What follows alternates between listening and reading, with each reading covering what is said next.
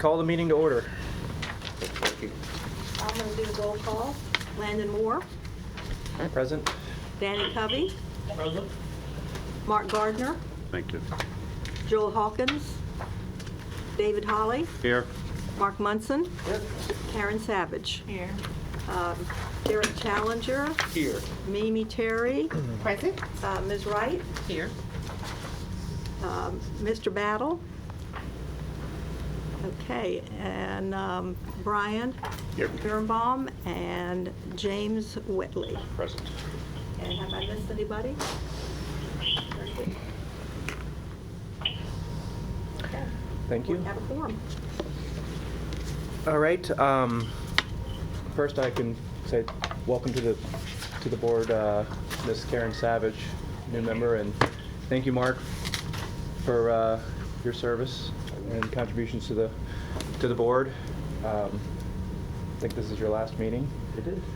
Appreciate it. Other than that, we can roll into the funded status roll forward page or reconciliation.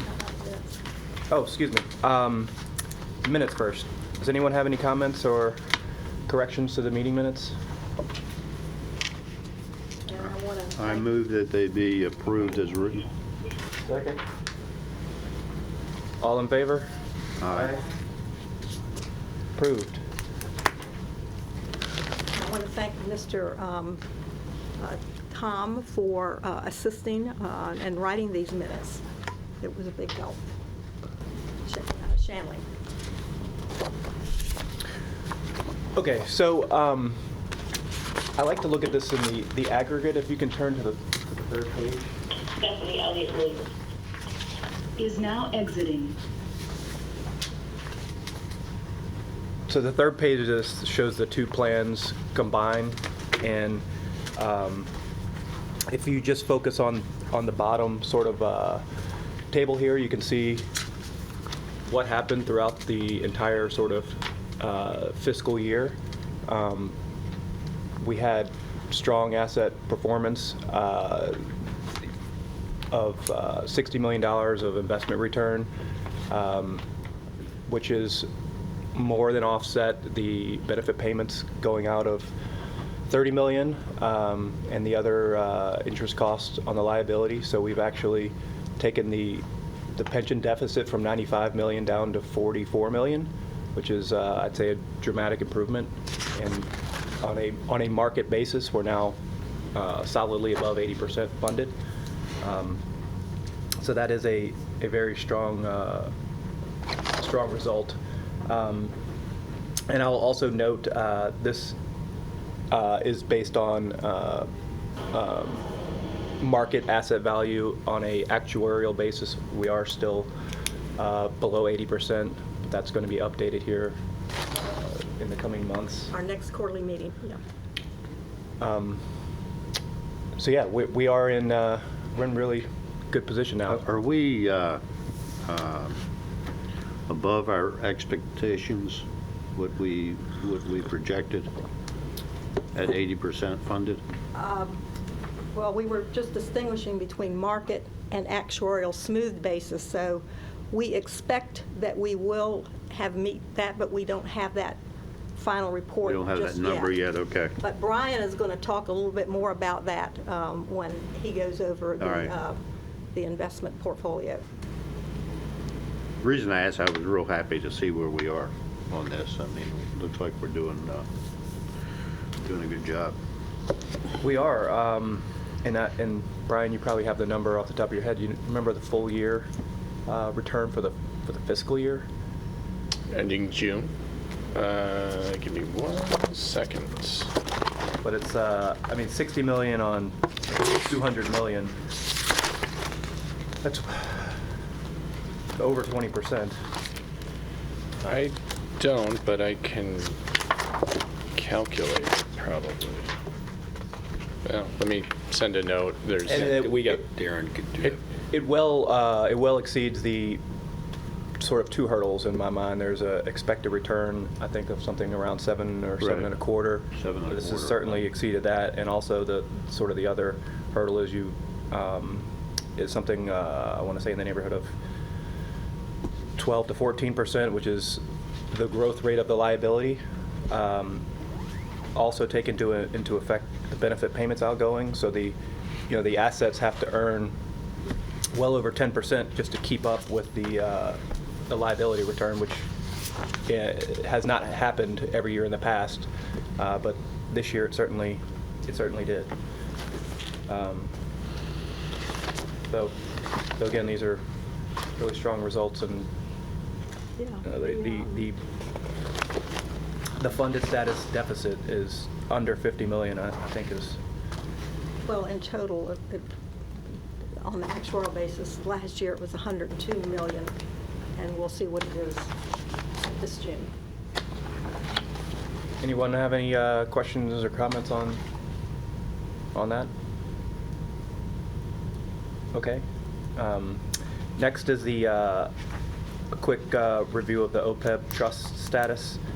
And I think as you all might recall, that the city has placed in a pooled trust at VML Vaco, participates in the pooled trust, and at the end of June, there was $6,683,737 that is invested in Portfolio 1. There's a couple choices on portfolios, and Portsmouth selected Portfolio 1, which is a little heavier on the equity side than Portfolio 2. So that paid off this past year with the equity markets doing so well. So the city did put in $1 million into this. We still have an unfunded liability for retiree health care, but it's got a great beginning considering we've only been in this pooled trust for a few years. Okay, any questions? And in your package contains probably more information that you would want to try to digest. So if there's any questions, don't hesitate to ask. But we have the activity for the month of June, and there's also an annual report that shows the activity for the full year. And they're on the Opeb board. Will throw an annual meeting periodically. I don't have any information on that, but once that becomes available, I'll make sure I pass along to you guys. do we need to touch on this? No, Demetrius is going to do that when they get to that, when Tom, just before Tom starts. Okay. So I think unless anyone else has any other comments or questions, we can move to a presentation by Greystone. Great. Thank you. I do have the one-year return for you. I'll get to it when we talk about performance because it's obviously very strong given the comments you made, Landon. Well, good morning. It's great to see everyone in person. You know, Jim and I got in last night and we were thinking about when the last time we were actually here was, and I guess we settled on February of 2020. So it's been about 18 months, and obviously the world has changed over that period of time. But you wouldn't know it by looking at the results that have been generated, what we've all been going through and living through. We're going to talk about results through June of this year. We're going to talk about our outlook. We're going to talk about some changes to the portfolio that we are in the process of making. But I thought what I would do is review, just give a broad recap of capital markets through June of this year. Jim will talk about what our outlook is. That'll lead into some of the changes we're in the process of making, and then we'll come back and talk about results again through June of this year. Mimi, thanks for pulling this up, and for those that are on the screen, and I apologize. Tom is working. Oh, Tom's working it. Tom, You know where to go. He's working Thanks. the magic. I was like, what's happening here? He's taking care of me. You all usually have hard copies of the report. Unfortunately, I don't see them here, so I apologize for that. But hopefully, with the stuff on the screen and some of the comments we make, the results will sort of crystallize here. Up on the screen on the left-hand side here under equity indices, these are the returns of the major global equity markets. The shaded column there being the second quarter, so the 3 months ending June. And then right to the right of that is the year-to-date, so the first 6 months of the year.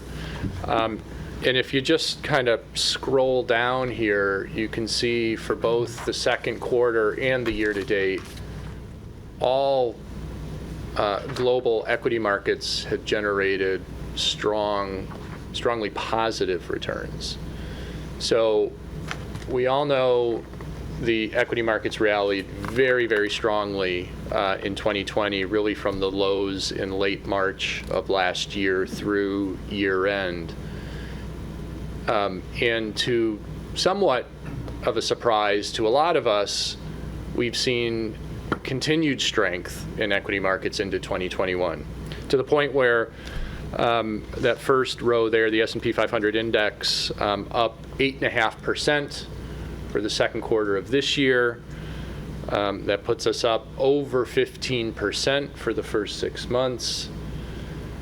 I know the academics tell us not to do that, but if you annualize a 15% return over 6 months and make it into 12 months, it's a pretty darn big number. It's, annualizing at a 30% return. So, so markets continue to be strong. I think reflective of a couple of things. Number one is people are getting back out in the world, in the economy. We've left our homes, we've gone to restaurants, we've bought things, people are even traveling again.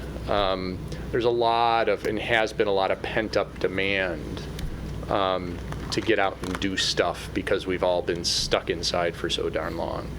So that's, I think, an important consideration of what's been driving equity markets. The other thing, and we've talked about this a lot, is both from a monetary policy perspective and a fiscal policy perspective, the government and central banks, not only in this country but around the globe, have been very aggressive in keeping interest rates low, being very aggressive in getting money into segments of society and the economy that need it, to be able to buy things and support expenses, given that the unemployment rate during COVID obviously got to a level that we hadn't seen, at least I'll speak for myself, in my lifetime. So there's been this big tailwind at the back of equity markets in the form of this pent-up demand and very accommodative fiscal and monetary policy. And that strength that we saw in the S&P 500 translated to even, down to smaller cap stocks in the U.S. If you go halfway down this table, the Russell 2000 index, this is a broad index of small cap stocks in the U.S. They were up a little over 4% in the second quarter, up over 17.5% for the year-to-date period. So these higher risk, higher returning types of stocks did even a little bit better than the large cap stock index, the S&P 500 index, at least over the first 6 months of the year. Yeah. That's a calendar year to date, correct? Correct. Okay. Yeah. And just to give you a sense, July was a pretty darn good month too. So equity markets continued to do well in July. Again, it's maybe, and this gets into a little bit of Jim's outlook, maybe a little bit surprising that equity markets continue to be so strong in light of all the things going out there. But nonetheless, for the first 6 or 7 months of this year, things look very strong here in the U.S. All the way down at the bottom of this table, or towards the bottom of the table, you'll come across an MSCI EFA index return, up a little bit, Tom. This is a broad index of developed equity markets outside the United States. So continental Europe, the United Kingdom, Japan, Australia. Didn't fare quite as well as the U.S. equity markets. We're up a little over 5% for the quarter, up almost 9% for the year-to-date period. Nonetheless, very strong returns, albeit below those that are being generated in the U.S. And then the second to the last row here, the Msci Emerging Markets Index here, think places like India, China, Indonesia, Malaysia, Latin America, et cetera, up about 5% for the quarter, 7.5% or so for the year. So by and large, across the board, very strong equity markets, continuing to be led by the U.S. equity market. In fact, if you look over on the right-hand side here under this equity sectors heading, these are the 11 major economic sectors within the U.S. equity market. And as you just kind of scroll down, both on a quarter and a year-to-date basis, every single index in the stock market generated a positive return with the, I guess, exception of utilities for the quarter, basically flat, down about 0.5%. So from a sector perspective, the rally that we've experienced in the market was very broad-based. Now, there are some sectors that obviously did better than others. Financials and energy did particularly well. And some of the stuff that had done well historically, things like technology and consumer discretionary stocks took a little bit of a backseat to some of those other sectors.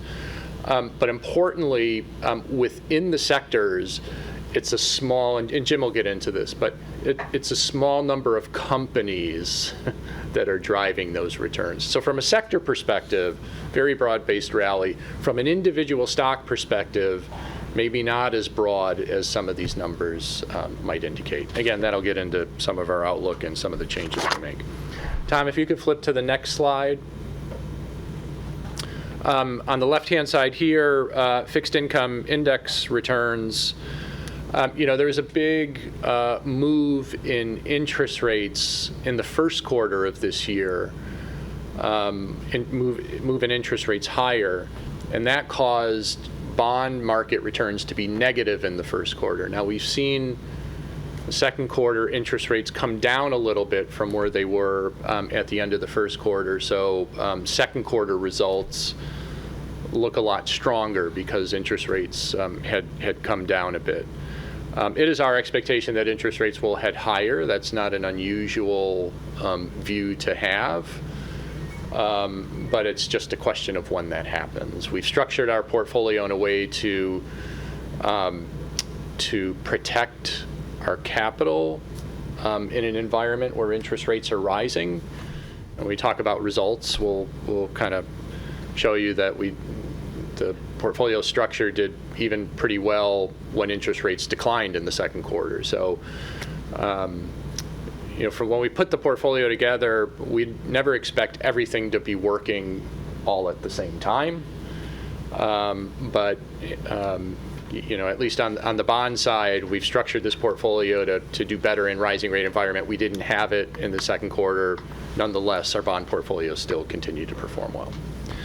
So with that, I'm gonna stop, see if there's any questions about any of this. If not, we can get into Outlook, and then we'll get into some of the changes we're going to make. Can I ask, Yep. when you talked about the increase that, not so much at an individual level, Yeah. but would that have anything to do with, I'm gonna throw it out there, when the government was giving relief and people had not people, but organizations had additional money to kind of do something else with because it was forgiven at some point, that they started putting money in the market or in areas that could make and generate money, Yeah. because they were saving money on another end? I think, Mimi, I think that's part of it. I think the other part of it is I think investors are being much more selective in the types of companies they invest in.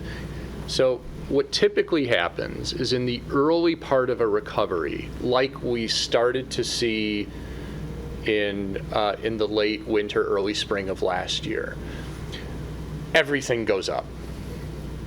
because everybody is just cheering, just give me whatever, exposure I can get. That's what I want, and I'm going to ride this tide that's lifting all the boats up higher.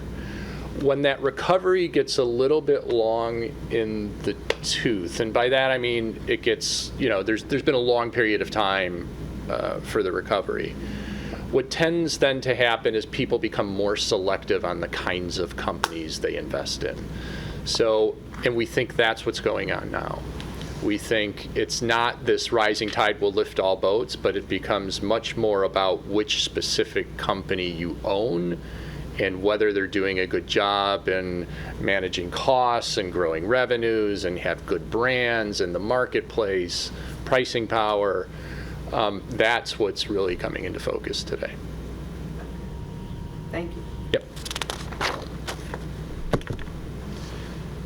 It is great to be with you all today. I'll start with that. Happy to have you. It's really invigorating to be here with you all. Brian and I didn't realize how much we missed this interaction until it was taken away from us. So it's great to be with you all. I want to point out we have our colleague Darren on the line with us as well. Helps us behind the scenes. Thanks for joining. I'm going to go through a couple of slides. You'll see some themes that we want to highlight today. But in general, the economy is in good shape. The reopening is progressing nicely. Certainly in the developed markets, in the emerging markets, still quite a bit of work to do, and most of that is just driven by lack of a vaccine. Our message to you has been very consistent over the last number of months. We've been very bullish coming out of the recession pandemic and starting to get a little bit more cautious. We'll go through some of those reasons in a few minutes. The market is starting to see some crowding, as we call it, narrowness, and it's a result of worrying about something. And we'll talk about what the market is worrying about. The number one reason the market is worrying, of course, is we've had a very dovish Fed for almost 20 months now. So recall that the Fed has kept interest rates near zero since March of last year. Extremely accommodative. And they're buying $120 billion a month of mortgage-backed and Treasury securities. So at this point, about 75% of government-issued debt has been repurchased by the government. That's a massive amount of stimulation. That, combined with other forms of stimulation, have provided the tremendous results that you see around the world in financial markets, particularly in the United States. It also caused the briefest recession in history. 80 years, this is the briefest recession that we've had. And the stock market, looking at it from the S&P 500 perspective, has doubled off the lows. And year to date, going through today, we're up over 18%. So pretty powerful results as a result of all that stimulation. And what we want to talk about is this a good time to take some risk off the table? And that's what Brian will cover in just a few minutes. And the economy is only about 80% open. So there's still more growth to come as we get this last 20%. And keep in mind that it's really been a one-directional market with all of this stimulus since the March lows of last year. I think I said the market doubled, but we haven't had a 5% correction in the market since October. So it directionally it's just been straight up. Risky assets are doing exceptionally well, and part of it is the economy's opening up, but part of it is all of this stimulation. So it's this concern about the Fed moving away from all of the support. At some point it will have to, and that's what's causing some of this indigestion in the market. You may not see it in the major averages, but underneath the current, it's definitely happening. The other thing we're going to highlight today is we just don't think there's as much pent-up demand as some investors think. As a matter of fact, we think there's been some overconsumption. And when I show you some of the charts that demonstrate this overconsumption, I think you'll find it startling. And the third point, of course, is the Delta variant. We get a lot of questions on this. I don't think after hello, it's the first question we get about what are our thoughts about the Delta variant and the impact it might have on the economy. So I've handed out this report that goes through that, our view in some detail. This is dated August 9th, so it's quite fresh. The conclusion for us is that the need, appetite for a business lockdown is near zero.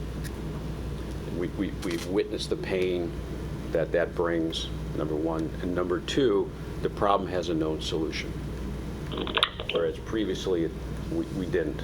And that's an enormous difference. So yes, it is unbelievably regrettable that we have this new strain, but in terms of the economic impact, our research indicates it will be quite minimal on the financial markets. So I'm going to ask you to turn to slide 7. Tom, thanks for driving. And here if you recall the last time we were together, we were focused on peak rates of change, not absolute levels of change, but really the change and the rate of change as an early indication that the market is going to have to digest some new news. And you'll see this as we go through this slide. So here we're looking at the peak rate of change in global M2 money supply, and that peak occurred in February. So the consensus will tell you that the Fed is still expanding its balance sheet, and that's true, and that other central banks are still providing accommodations, and that is true. But the rate of change on those accommodations is starting to turn down. And for investment purposes, that's a really important change. So all is well while that bottom red line is going up, but what we've been focusing on is that rate of change, and we'll show some of the implications of that rate of change. And by the way, just no additional accommodations causes a decline in the rate of change. So let's look at some of the implications of that. So the first thing we're going to look at are these early cycle stocks. As Brian said, everything works well. It's early cycle, you just can't get enough of equity-related risk, and this is what we're looking at here. Early cycle stocks, and we've highlighted some of these for you: autos, home builders, home improvement, semiconductors, businesses that do really well as soon as the economy starts to recover. And you can see here now that they're underperforming really since February or March. And the same thing can be said for small cap stocks at the bottom of this slide relative to large cap stocks. They peaked in March. This next slide, on slide 9, shows you some of the bear markets that have occurred underneath the current. And I know it might be hard to see some of those. Can we expand that just a little bit, Tom? Perfect. So we've listed them out here, and there's 6 or 7 that we would call speculative or expensive categories, and they peaked all around the same time. They peaked about the end of February, early March, which is coincides with the last slide that we looked at, which is when the Fed balance sheet started to change. And you can see these are down somewhere between 10 and 40% in just a couple of months. So it's China internet stocks, U.S. momentum. The first one is the ARK Innovation ETF, which focuses on disruptive technologies and genomics, next generation internet, et cetera. All of them have started rolled over. All were very expensive. All can be considered to some extent quite speculative. No coincidence that it peaked when the Fed's balance sheet started to roll over in our view. So they're all down year to date? Yes. That peaked in December? Peaked in February to March, approximately. So they may not be down year to date, Landon, because they were up a bunch in the first quarter, but from the peak, they're down fairly significantly. Oh, the normalized as of 12/25, that's the starting point. Normalized as of 12/25/20. Yeah, I think that's right. Let me see. Yeah. Yeah, yep, Yeah. right.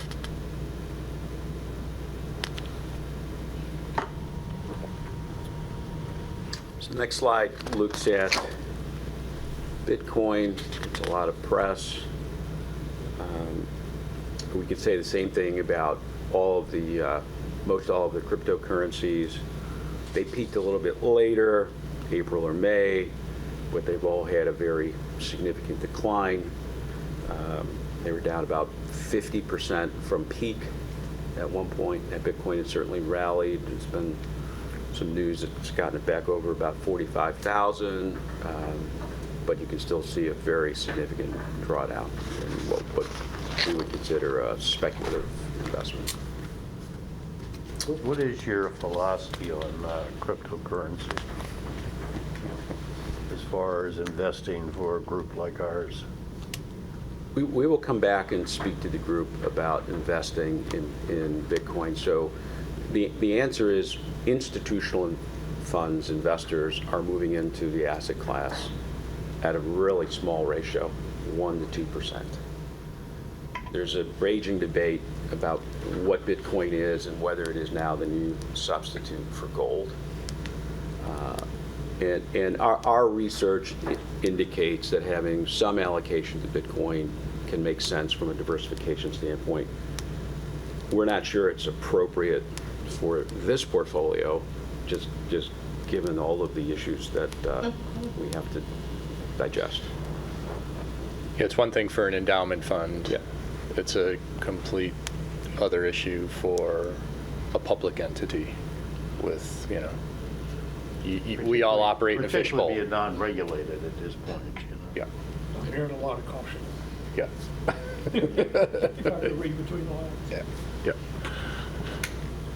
But to be clear, corporations, endowments, foundations, they're all well-funded, well-capitalized, and can withstand these 50% drawdowns. They're starting to build 1 to 2% positions in their portfolios. Which is why when you see these stunning drawdowns, it rallies back. So we've done a lot of work on the asset class. To the extent there's interest, we could spend some time at our next meeting. But I'd say there's no downside to not getting into it. Oh boy, there's no down. Oh, right, yeah. I think that's right. At least for, again, for a public entity, because from a, and I think what Jim's alluding to is sort of from an academic perspective, this acts like nothing else in our portfolio. And that's a good thing, because you can put it in with all the other stuff and it acts differently. Its drivers of returns are very different than what drives the returns of everything else. So from a diversification perspective, that's a good thing to have when you build a portfolio together. The flip side of that is, Mark, to your point, there's an awful lot of downside. If you can just see the headlines, right? City of Portsmouth loses, 75% of its investment in Bitcoin, and splashed on the papers. And as a private citizen or a corporation or an endowment fund, you don't have that issue. It's not an equity. It is simplistically, it's the audit of a transaction, and a transaction itself, without what it's based upon, has no inherent value. Yep. For 1 to 2% of the portfolio, it's not going to add a whole lot of value, but then we'll have to talk about it if it's down 50%. And Endlessly. You don't want it to be a distraction from Exactly. the real goal, which is improving the funded status of the plan. Yeah. And that's, we don't need, Yeah. I don't think we need Bitcoin to get there. Yep. Okay. So the next slide looks at some commodities, and we've highlighted lumber as an example, shining example of some of the corrections that are taking place in commodities. And recall, it wasn't that long ago, just a few months ago, that lumber was so expensive that it was curtailing demand for housing starts and renovations. People that had put deposits on homes all of a sudden couldn't afford them because of the built-in escalations, in part because of lumber. But now that commodity has rolled over, it is below where it was at the beginning of the year, and it's down over 60%. So this is what we're talking about, or I was talking about earlier, about this excess consumption. And you know, we could look deeper into what's happening here with lumber, but there was double, triple ordering to meet the demand for housing starts in particular. So now lumber prices have rolled over. The big part of it is that the sawmills have reopened. There's plenty of lumber in the United States. But did they forget to take the price down? It's like gasoline prices. You know, I think because it Sticky. peaked so high, even though it's still high, it seems like it's low, but it's still extremely high from where it was at its peak. I mean, we literally went into Lowe's one week. It was a board you could buy for $7. The next month, that board was same board, $28. And now it's 14. It's still high, but it's not as high, but it's not to the low where it was. So I'm like, what's going on? Well, you know, I understood That's what great. was It's a going great on. question. So there's always a lag, like whether in any commodity, before the consumer feels it. We all realize that when commodity prices are going up, we feel it faster than on the way down. I think the second point is transportation logistics system in the United States is completely overwhelmed. Yeah. And it's so much easier to turn off an economy than to reopen one. And that's really what we're learning. So it's going to take even longer for these prices to start to come down. And those transportation logistic prices are up dramatically. And so that is also going to keep these commodity prices that we feel as consumers elevated. And you're not going to go back to this anytime soon. I mean, this is, tell me if I'm thinking about this right, but this is sort of the wholesale, if you will. Like, this is what Lowe's buys the lumber for, but that they don't necessarily quickly pass that back to the consumer. Pass it along to the consumers as fast. It's like when you're, you know, you read in the news that oil is down 20%, but then you go to the gas station and, you know, it's down to 2 cents or something. It doesn't. It takes time for it to sort of filter through the system to get to the retail level. And it's supply and demand. If Lowe's knows you're still going to pay $28, they're not going to be quick to want to take it down anyway. Yep. You know, they're just making money hand over fist right now. Yep. If you looked at the same chart for timber, would it look the same? Yeah. No, actually, so we have clients who are invested in timber, so we follow this very closely. And with this epic spike in lumber, the client said, well, maybe this is a great time to harvest this timber. And as it turns out, it wasn't at all, because there was no capacity at the sawmills. Right.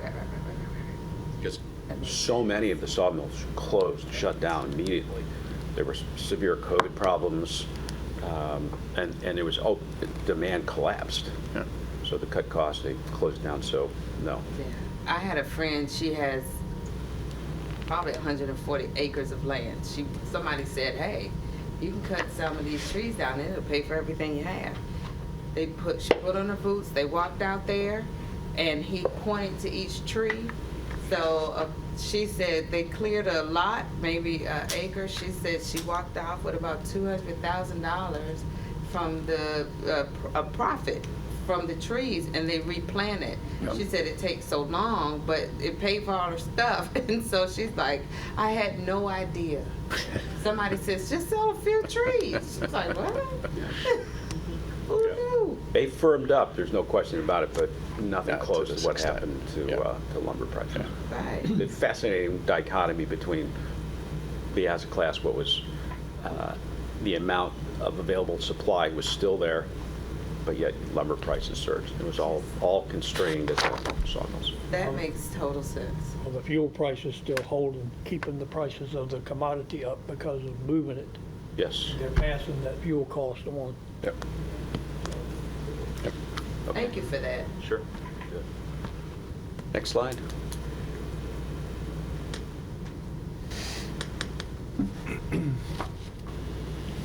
So, this is where I was talking about the narrowness of the market. And a healthy market has broad participation from all the sectors, and Brian showed you those at the beginning of his comments. And this is our one of our chief investment officer's favorite slides, because he likes to look at the breadth of the market. And what we're really referring to breadth is the number of percentage of stocks that are moving up as the stock market moves up. And what we're looking at here is the Russell 3000, very broad index of equities. And what we're examining here is how many of those stocks are above their 50-day moving average. And as what you'll see here is only 39% of the stocks in the Russell 3000 are above the 50-day moving average. So that since this data has been available, is a record low number of stocks that are above their 50-day moving average. And so what this normally results in is a index correction. And that's one of the reasons we want to take some risk off the table. And this is the narrowness. What is the market focused on? You can see some of the bear markets that are already occurring, but it is very clear to our chief investment officer that something's going to give. Either this turns up, which would be a healthy sign, or it results in what he thinks is going to be an index correction. And this is all happening while the Russell 3000 is hitting a new all-time high. So very few stocks participating in the rally. So the other 60% are exceeding their 50-day moving average by a lot? No, they're below. Below. The 60% must be Are below their Below. 50-day Oh, the moving average. 40% that Yeah. is Less than half of the stocks above are doing Yeah. much better than their 50-day moving average. Yep.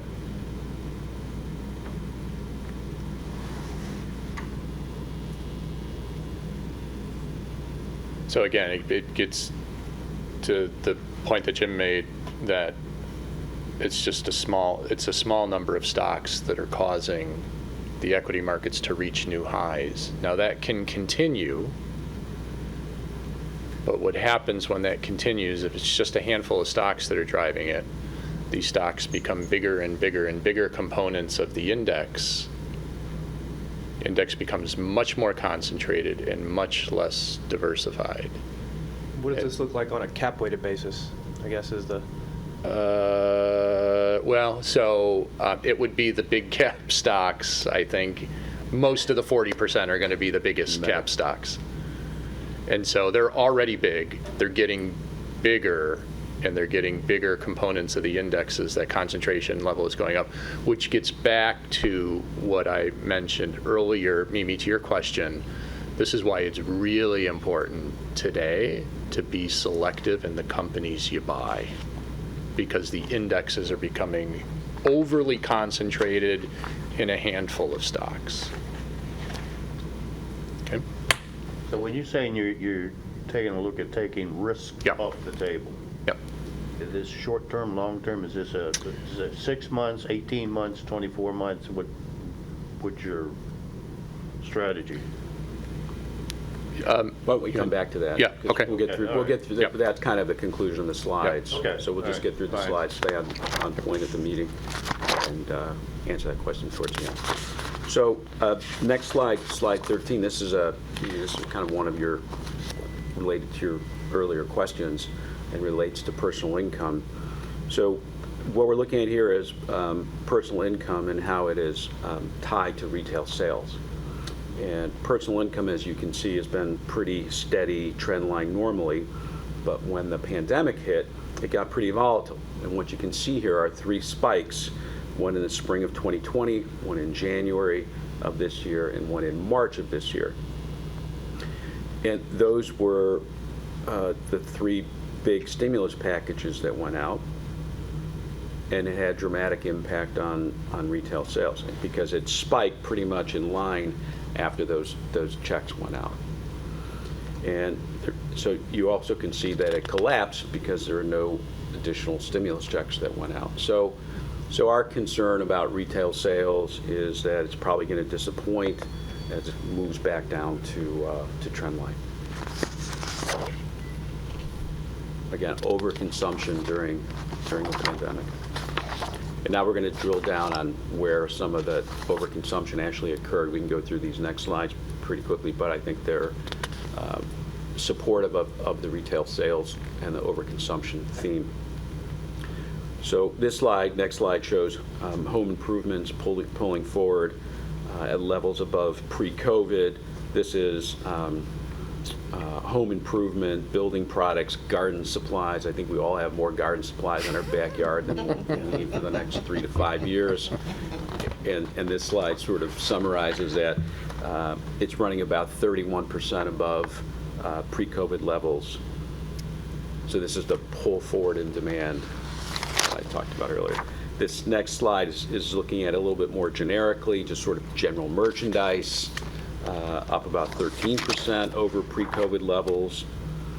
Slide 16, this looks at auto and auto sales. You've probably read quite a bit about this, particularly the used car market, up about 33, 34% since pre-COVID levels. So we could, these are just 3 or 4. We could probably look at 10 or 15 of these as an examples, but it all supports this view that there's really not as much pent-up demand as maybe some investors think, and there was quite a bit of overconsumption during the pandemic.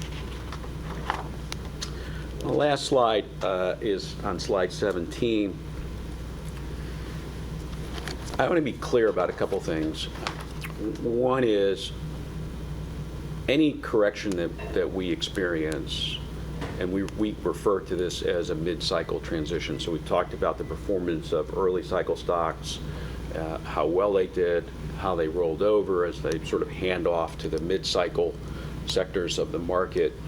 But this would be a normal correction in a bull market. This is not in our view, this is not the beginning of a bear market. And what this chart illustrates is typically when we move through these mid-cycles, there's a PE contraction of about 20%. We haven't seen that yet. A lot of it has to do with this massive amount of stimulation. And it's hard to see this type of correction when we have so much stimulation in the market. But when that stimulation starts, Fed accommodation starts to be pulled back, it's probably the period of time where we'll see some consternation and more of a standard contraction in PE, 20%. So what those 2 red bars show us is that at $200 earnings S&P, that takes us down to about 3,600 bear case, but earnings are coming in a bit better than expected.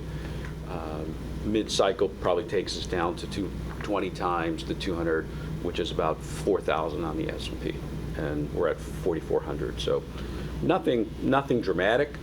So that's probably 9-10% type of correction from here. In setting this notion of mid-cycle transition aside, in any year, in any calendar year, there is typically at least one period where the stock market declines from its peak to a trough before it starts to hit new highs of at least 10%. We haven't seen that this year. So we would expect at some point, whether it's today, tomorrow, next week, next month, is anybody's guess.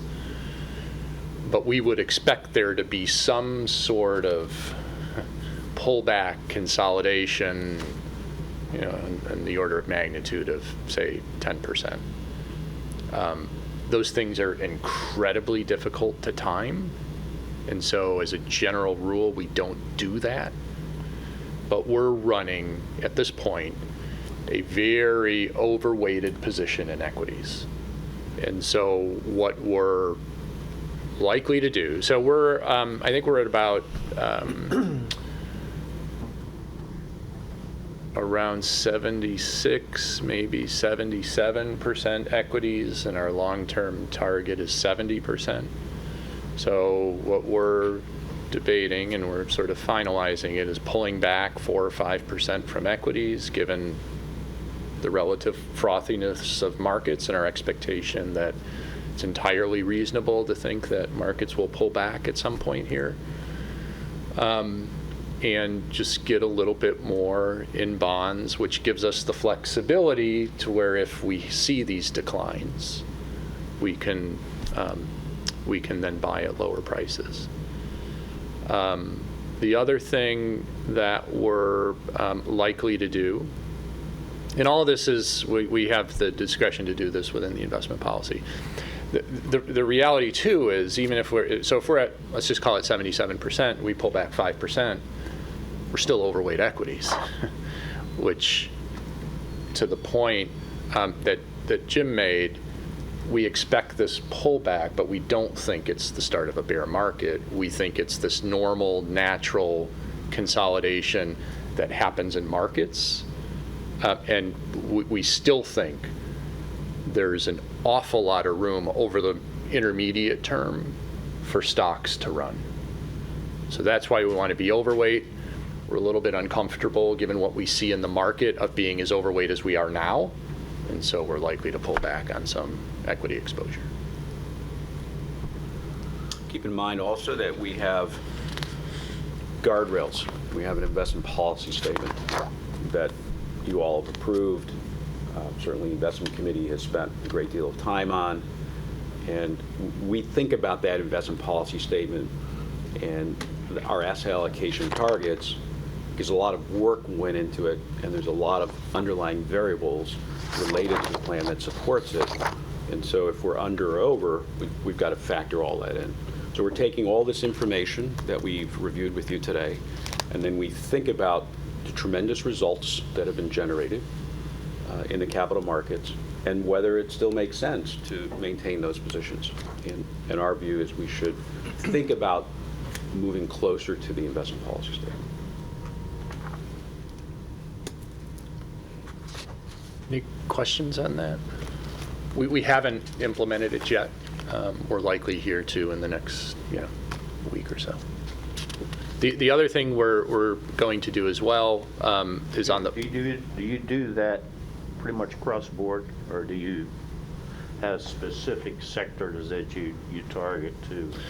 So where we're more likely to pull some exposure from, and Tom, if you can just flip to slide 20.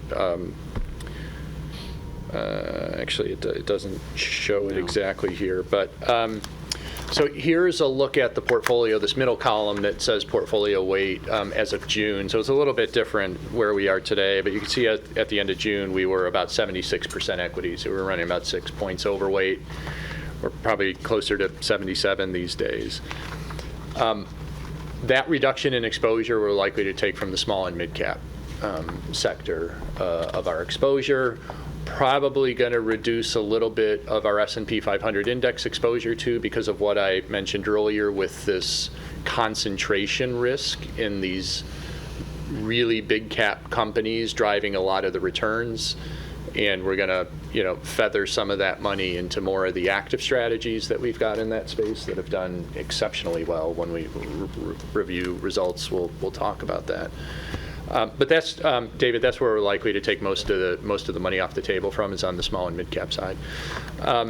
The other thing we're likely to do, and we haven't really talked about this much, but so we've got on the fixed income side, we've got an allocation to high yield bonds, and it's worked really, really well for us. High yield bonds act much more like equity markets than they do traditional bonds. So we're likely to pull back on some of that exposure too and get more, conservative or short-term fixed income. Again, if we get if our view materializes, we'll be able to have the flexibility to take advantage of lower prices, because we firmly believe we're still in the midst of a bull market. We're just, in this shorter term consolidation period.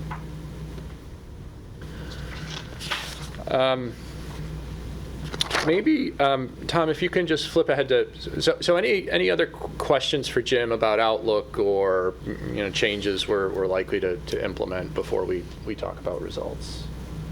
I know it's been, we should have maybe started with results because they're so good, but any questions? No? Okay, perfect. Tom, if you can go to slide 21. So here's the results. So the first column there is for the second quarter of this year. We were exactly right on top of our benchmark for the quarter, 5.9% return. This is all net of fees. Our benchmark's return, which in round numbers is 70% equities, 22% bonds, and what's the difference? 8% other stuff, real estate, hedge funds that we've got a little bit of exposure to. So again, right on top of the benchmark. Year to date, we're actually lagging a bit. We're underperforming by about 10 basis points or so. But Landon, to your question, if we looked over the full fiscal year period, so the 12 months ending June 30 of 2021, our return was, again, net of fees, 29.5, and our benchmark's return was 28.1. So about almost 1.5 percentage points of excess return. And keep in mind, our actuarial return target is 7.25. Now, obviously, 29%, almost 30%, is a lot better than 7.25. But that 7.25, we don't expect to hit 7.25 every year. There's no variability in that return, and there's a fair amount of variability in the investments that we make. So we expect to generate 7.25 over the long run. Some years we're going to hit it. Some years we're going to exceed it by a lot, like we did this past year. Other years we're going to miss that bogey. But over the long run, we expect to again achieve it. If we move to the far right-hand side here, this custom period is the period over which we were retained by the board as the discretionary investment advisor. So as this board knows, you approve the investment policy statement and the broad parameters around which we manage the portfolio. And then within those parameters, we have discretion to do things. Have higher equity orientation, have lower equity orientation, hire this manager, fire that manager. So we have discretion to make all those decisions on your behalf and report on results. And that inception period was October 31st of 2018. So what is that? Like a little over two and a half years. So the return since that period, again, net of all fees, 16.8 versus that benchmark 15.3. So 1.5 percentage points of excess return per year.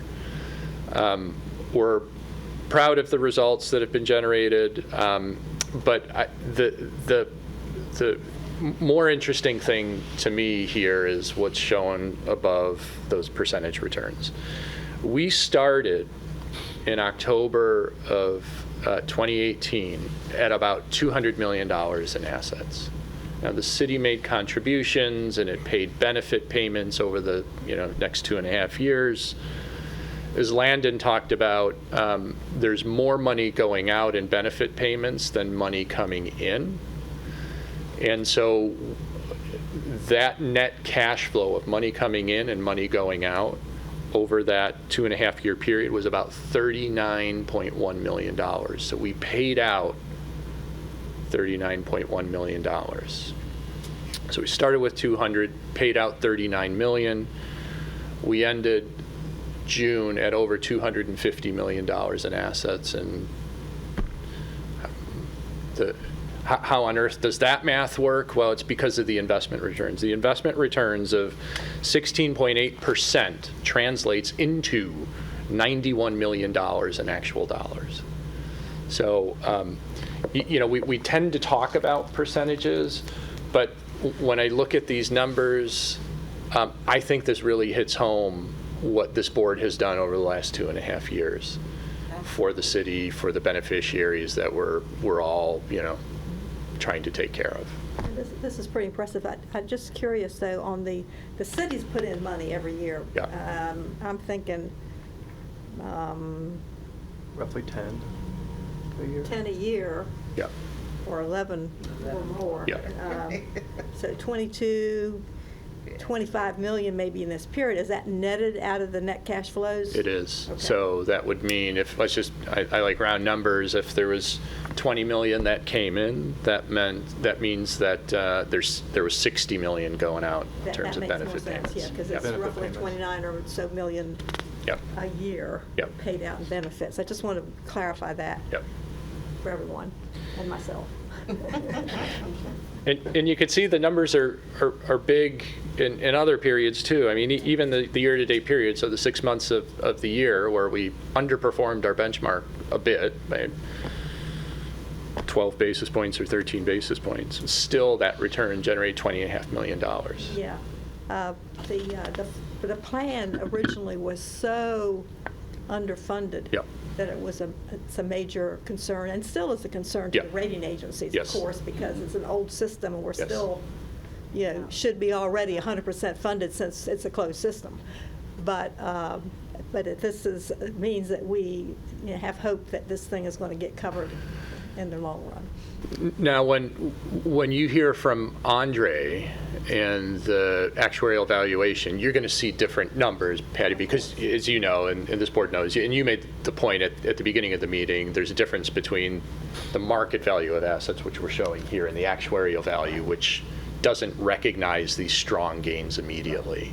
So the funded status will look lower than I think you showed 85 or whatever it was. I'll keep reminding Yeah, people yeah. of that, because it's great that it is where it is, Yeah. but we all know that things can change. Absolutely. We just need to remember of the Yeah. more scientific projection. Of course, it's going to count these assets, Yep. but Yep. it's really phenomenal. Do the rating agencies look at the actuarial value, or will they accept funded status or the deficit based on the market value? I sell them both. Sell them both? Okay. I don't leave out any of the good stuff, yeah. A couple more slides, and I know we've talked a lot here, and you've been terrific, but I just want to touch on two more things if I could. Tom, the next slide.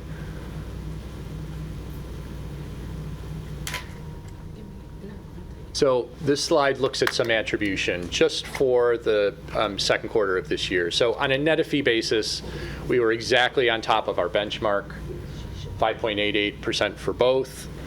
On a gross of fee basis, we actually did a little bit better, and that's how we run the attribution, is on a gross of fee basis. But if you looked at, so the left-hand bar here, 5.88%, that's our benchmark's return. If we did nothing other than we were exactly every single day on our investment policy targets, 70% stocks, 22% bonds, alternatives, and we earned broad index returns, we would have earned a 5.88% return. Instead of moving all the way to the far right-hand side, we actually earned on a gross of fee basis, that's why this is different, 5.94%. So we did a little bit better than the benchmark on a gross of fee basis. You can't spend gross of fee returns, which is why we reported on a net of fee basis, so take this all with a grain of salt. As a practical matter, we can't always be on the investment policy targets, nor do we want to be on the investment policy targets. If we have a view of something's going to do better, we want to, like we have been with stocks, we want to have a little bit higher allocation than what our investment policy calls for. On the flip side, if we think stocks are going to go down, we want to have a little bit less. So as we think about what drove the return during second quarter, why were we able to, on a gross of fee basis, beat the benchmark? This broad allocation effect quantifies how much of our return came from the fact that we were overweight to stocks, and stocks did pretty well in the second quarter. It accounted for about 0.25%, 23 basis points. The sub-allocation effect looks at within equities where we overweight small caps or overweight emerging markets, and those markets perform differently than sort of the broad equity market. So that actually detracted a little bit of value from us. And then did we pick, or did the managers we picked generate returns that beat their benchmarks? And that's what this selection effect is. And so those two components pulled back returns a little bit, but you add those three components together, you go from the 5.88 to the 5.94. 1 quarter is a really short period of time to look at with this, but that was what was really driving the returns. It was the fact that we were overweight equities that enabled us to offset some of these other things that detracted from returns a bit. See you guys. You too. Sorry, one last slide, and it gets to this selection effect here. Actually, maybe two, starting on page 34 and 35, Tom, if I could. I'm not going to go through these individual line items, but unless there are any specific questions. But these are the actual returns that are generated by the individual managers and investments we have in the program. Starting on page 34 and then continuing on page 35. So let me just say this about the active managers we have in our investment program.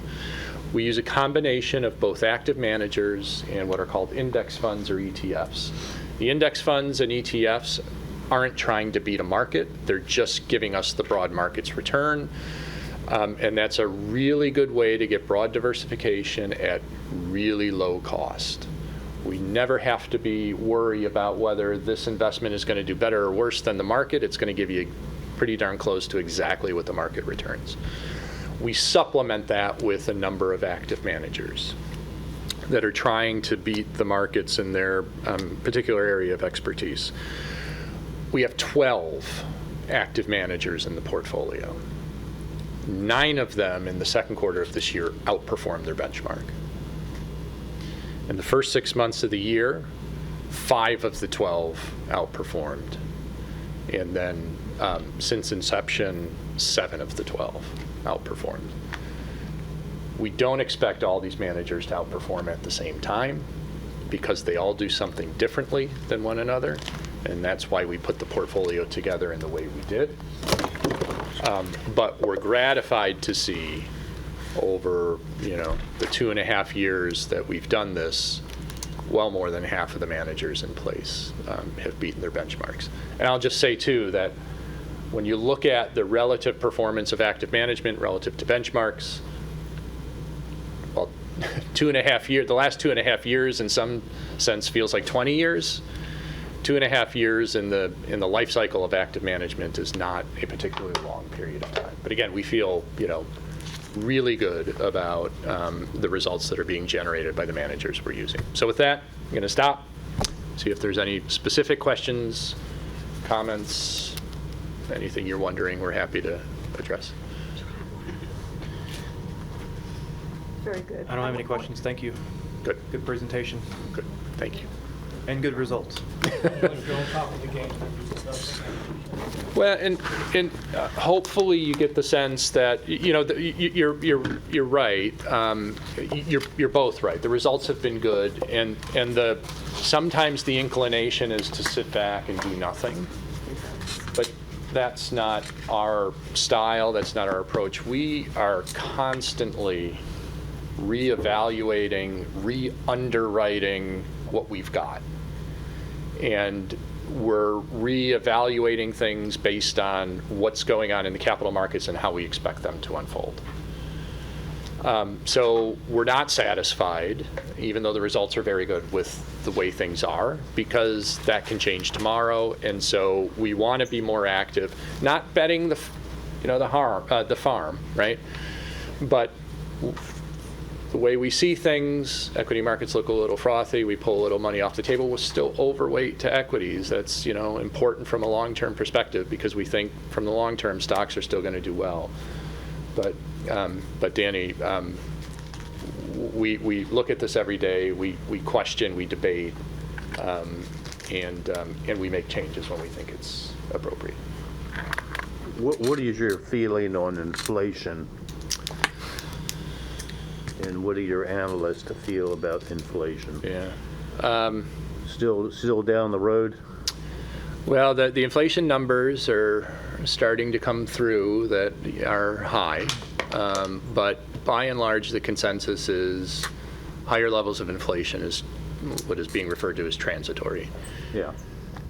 The question, I think, is how temporary is higher inflation? We think interest rates are going up, and interest rates are likely to go up because of all the money printing and stimulus that Jim talked about early on tends to be inflationary, and we're starting to see a little bit of that. If you looked at what the market expects inflation to be over the next 10 years, it's about 2.4%. That's a reasonable guess as any. Now the numbers today are coming in, closer to 5 or 6. But that should at some point revert back to Does your lower team levels. believe that it's still going to be 2023 before the Fed start increasing? Short-term rates, yes. They may be likely to start talking about tapering in September. Their plan for tapering in September. Of Slowing their purchase. Of this year? Of this year, Okay. yeah. All right. So the expectation of shorter term rates in 23, maybe it's a little sooner than that. And the forecasting of tapering maybe start, next month and starting to taper at some point, maybe later this year, early part of next year. We think that's all pretty well baked into the market. Yeah. Yeah. Okay. So where we're focused, though, is on wage inflation. Yeah. So you see what can happen to commodity prices, as an example. That tends to be transitory. The supply comes on, whatever it is, oil, timber, gas. Once the supply rolls over. Wages are another. They tend to be very sticky. Yeah. And we're still short of peak employment from where we were pre-pandemic by about 7 million jobs. But right now, we have a record 10 million jobs available. 10 million jobs. Hit a record last month since the data has been kept. And yet you walk around towns, and as we start to travel, help wanted, particularly the retail, restaurants, hospitality industries, areas that were decimated in the pandemic. So that's, if we're zeroing in on something inflation related, it's wages, and you're seeing signing bonuses, and even fast food chains are paying signing bonuses. And if you stay for 4 months, you get another bonus. If you stay for 10 months, you get another bonus. That's how desperate they are to hire. Yeah, maybe that'll change in a few months when Maybe. the cash flow stops. Before Tom starts, I wanted to point out that Ms. Wright provided a report to you on retirements to 2 systems, and I don't know if you wanted to add anything to that before Tom gets started? No, ma'am. Just as you can see from the sheet provided that we've had several retirements this year. They're listed here on this report for both plans, fire and police and Portsmouth supplemental retirement. And unfortunately, we've had some deaths as well. A total of 21 deaths between the 2 plans. 13 from fire and police and 8 from the Portsmouth retirement system. And for active participants as of July 31st, fire and police has 8 and the Portsmouth retirement system has 11. Is that 22 deaths in the last year, in the fiscal year? Yeah, January calendar, Okay. 21. All right. You need one? We All right, thanks, Patty. And, in the interest of time, I will provide just a couple of brief updates here. I'm going to share my screen again. Can you all see the screen? Yes. Yep. Okay, so, and what I plan to do is I'm going to follow up with an additional email just to share some of this information as opposed to going through it in detail, but really just a couple of main things to highlight here for this quarterly session. You know, we generally try to follow providing updates in these 7 areas throughout the year. Last quarter, we talked a little bit about new products and services available to individuals. This year, I just wanted to give a brief update on data security, especially since it's become much more of a hot topic over the years, and where kind of cybersecurity and fraud really focused on initially banks, banking relationships. That has started to extend, and threats have definitely increased in the retirement plan industry. So, and I'll talk to one other key point on why that's important for the board, and maybe more primarily to the city and the human resources, the finance department to have awareness to. And so that really is around what occurred in April of 2021. And for the first time, the U.S. Department of Labor actually announced cybersecurity guidance. And they did that, and again, it's from the DOL. It is guidance-based. It is not regulation. It's more around best practice, but we have definitely seen continued increase, especially from the Department of Labor, looking at plan sponsors, and the city, you know, would consider themselves as a plan sponsor for the retirement system around protocols for cybersecurity. So we've issued a response in detail to what the Department of Labor issued that focuses on their 3 main areas. And so the 3 parts that the Department of Labor provided information on is, again, 2 plan sponsors, so tips for hiring service providers such as John Hancock to ensure that there are strong cybersecurity practices, and we outline, you know, everything that we do to support that and to keep fraudsters out and to keep data secure. And knock on wood, you know, we can continue to report that we have never had any type of data breach. Although we have seen cyber threats and fraud situations occur. The second part that the DOL focused in on was best practices aimed for record keepers. So again, for us, for John Hancock, and again, we follow all of that and most likely above what those best practice provisions are. And then finally, the Department of Labor also addressed participants directly or members in the program and online security tips. So, you know, again, as we've talked about with your system being a frozen system and a low number of actives, and a lot of those are already in pay. A lot of individuals don't use the online system, but when they do, the Department of Labor has provided tips for things that should be considered for those individuals. And again, we have a lot of policy and procedure in place to authenticate individuals and to ensure that, you know, payments and access to accounts are only being made by those authorized individuals. So as a follow-up, I will share out kind of this best practice just so that, you know, the board has it provided to them. Any questions there? Okay. So I'm going to skip through this detail. And this, I've actually gone through this in detail with members that have been part of the board for the last couple of years. I thought the most important part was just to highlight the Department of Labor update that came out.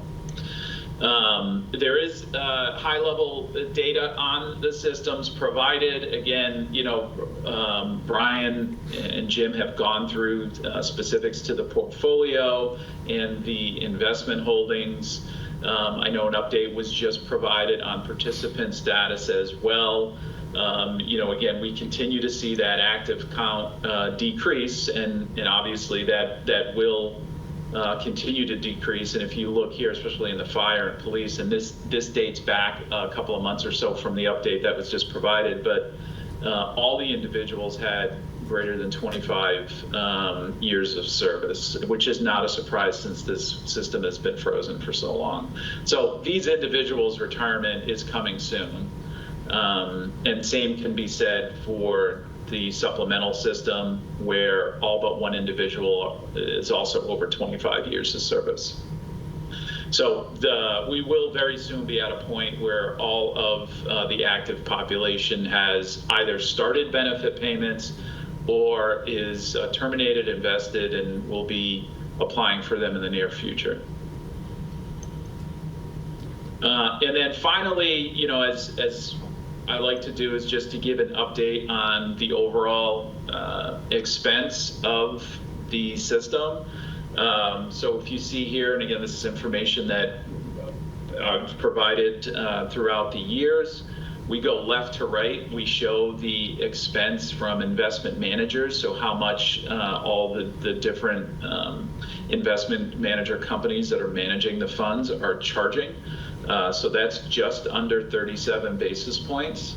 Then we have Greystone's fees, John Hancock's fees for providing the record-keeping administration, revenue offset, which is now 0. Again, if you recall, there in prior years there were some funds that provided some revenue back to the plan. That's been eliminated, and we probably can just take this column out. So what that nets out to, though, for expenses, or what it adds to for expenses, is just around 53.5 basis points of total cost against the program. And again, this provides investment management, consulting, and then everything that we do from participant services, trust, record keeping, actuarial, et cetera. Tom, that's an annual number, right? Yep, that's right. So these are annualized projected dollar amounts, and we come to those by looking at the most recent average assets that are held in the different investments. We group all of what's held at Morgan Stanley together, and then they share an expense ratio for those holdings. But we take those average assets for each system, and then we project them out for the next 12 months to estimate expense. And then, Patty, I know you had just recently asked for some clarification. When we bill the city on a quarterly basis for our cost, we show the actual calculation of how we get to our fees, and that is based looking at the past quarter and the actual amount of assets that were averaged over that quarter. And then we apply a daily rate to that for our quarterly fee. So that is all disclosed with all of our invoices. So that's it. Again, I just wanted to give a quick update. I appreciate the board's time. I look forward to the opportunity where I can be there in person, hopefully at the next meeting. And we also will be leading into, I know Andre's actuarial update was referenced a couple of times during this session. So again, as a reminder, those results are typically made available in early October.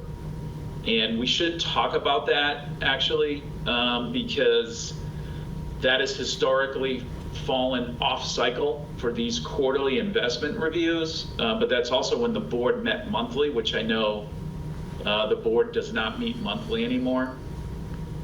So we may want to discuss when that review should take place. And I'm sorry, that's actually, he actually presents, I believe, in November.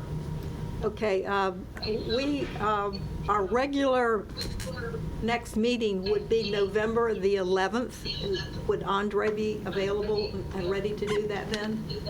Yeah, so let me go back to what I originally said was correct. So Andre, in past years, had presented his update in October.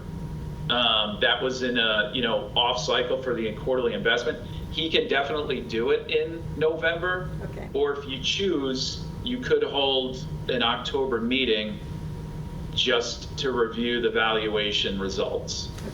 Okay. But Because I know we usually get our copy or our draft statements, actuarial report for the auditors around the end of September, early October, Okay, from Andre. from Andre. Okay, well, that's up to this board if they would like to meet in October then, to review that. Is it all right can we decide on that once we get closer to October Yeah. and make sure that the report's available, and then maybe you can reach out to the, Okay. Well, Does that Tom, meet in October and then again in November for the investment report? Again, that's up to you all, but I would say one or the other, unless there's something else going on that we need to put our I'm attention on. assuming we can combine we could have them both. one long meeting or two shorter meetings. Pick your pleasure. Okay, well, and we don't need to have a meeting for The to actuarial do it for the Right. CAFR, because the numbers are the numbers. you know. Yeah.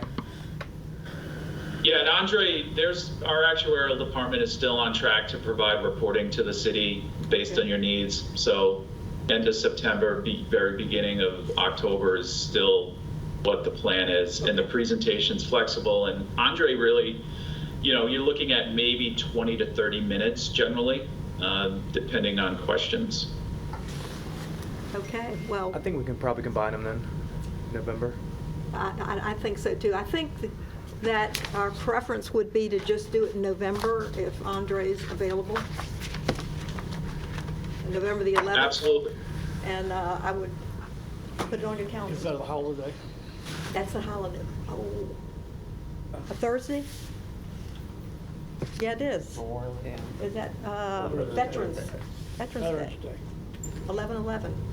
Well, stay tuned, Tom. We may have to adjust that.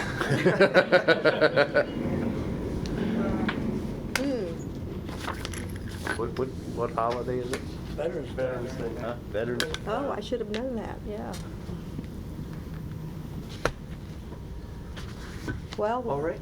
we will see about doing either the week before or the week after, depending on availability of this board. Okay. What's That the would be the Thursday comp- prior to that? What is the Thursday prior to the? Fourth. The 4th. Fourth? Is it a good day for everybody? Who's to say? I think we can come back and figure that out, Yeah. We'll That sounds communicate good. it. Yeah, Let's we'll do that. look at that target date. Tentatively, that is It's all working out. probably what we'll do. The 4th is the Thursday before, We should have our results by then. so I would just ask to make sure you jot in your calendars, and we will send out a meeting notice once we kind of firm that up. Okay. Or we could have it on Thanksgiving Thursday and just have some. Pass the cranberries. Or gravy. Please pass the actuarial report. Extra cranberry sauce, yeah. Okay. All right. I think unless anyone else has any questions, I think we can adjourn. Motion to adjourn. So moved. All right, adjourned. Thank you all. Thank you.